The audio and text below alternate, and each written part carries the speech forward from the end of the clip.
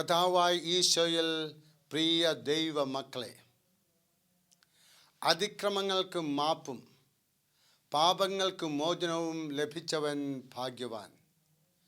കർത്താവ് കുറ്റം ചുമത്താത്തവൻ ഭാഗ്യവാൻ.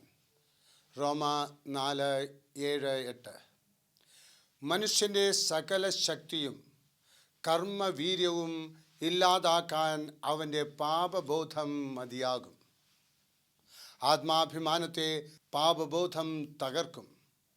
പറഞ്ഞ തെറ്റായ വാക്കുകളും ചെയ്ത അനീതി പ്രവൃത്തികളും മനസ്സിനെ എപ്പോഴും വേദനിപ്പിക്കും. അത് ജീവിതത്തെ തകർക്കും. പാപബോധത്തിൻ്റെ രൂക്ഷത മറ്റെല്ലാ വിഷമതകളെക്കാളും മൂർച്ചയേറിയതാണ്. അതിൽ നിന്ന് വിടുതൽ പ്രാപിക്കാൻ സാധിക്കുന്നത് സൗഭാഗ്യമാണ്. പാപഭാരം താങ്ങാനാവാതെ ആത്മഹത്യ ചെയ്ത സംഭവങ്ങളുണ്ട്. പാപബോധത്തോടെ ജീവിക്കുന്നത് മരണത്തേക്കാൾ ഭയങ്കരമാണെന്ന് അവർക്ക് തോന്നിയിരിക്കാം. യേശുവിനെ ഒറ്റിക്കെടുത്ത യൂദ പാപഭാരം വഹിക്കാൻ വയ്യാതെയായപ്പോൾ ആത്മഹത്യ ചെയ്തു. പാപക്ഷമ ലഭിച്ചു എന്ന ബോധ്യം ലഭിക്കുന്നത് ഏറ്റവും പ്രയാസമാണ്. പക്ഷവാത രോഗിക്ക് പാപക്ഷമ ലഭിച്ചു എന്ന ബോധ്യം ലഭിക്കുന്നത് രോഗസൗഖ്യം പ്രാപിക്കുന്നതിനേക്കാൾ പ്രയാസമാണെന്ന് യേശു പറഞ്ഞു.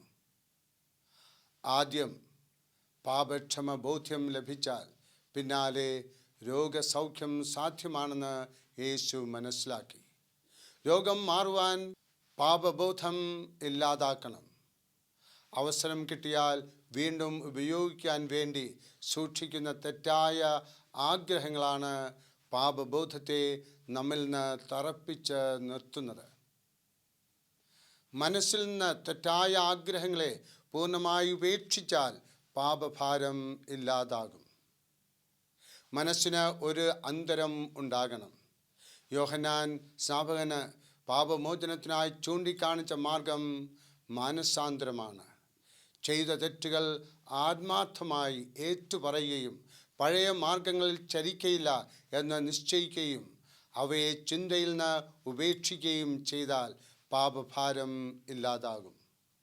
സമ്പൂർണ്ണ സമർപ്പണം പാപഭാരത്തെ ഇല്ലാതാക്കും. കർത്താവായ ഈശോയെ, ഈ നിമിഷത്തിൽ ഞങ്ങൾക്ക് സമ്പൂർണ്ണ സമർപ്പണം ചെയ്ത് പാപഭാരത്തിൽ നിന്ന് മോചനം പ്രാപിക്കുവാനായിട്ടുള്ള കൃപ നൽകി അനുഗ്രഹിക്കണമേ. പരിശുദ്ധ അമ്മേ, IMS അമ്മേ, അതിനായിട്ട് ഞങ്ങളെ സഹായിക്കണമേ. ആമേൻ.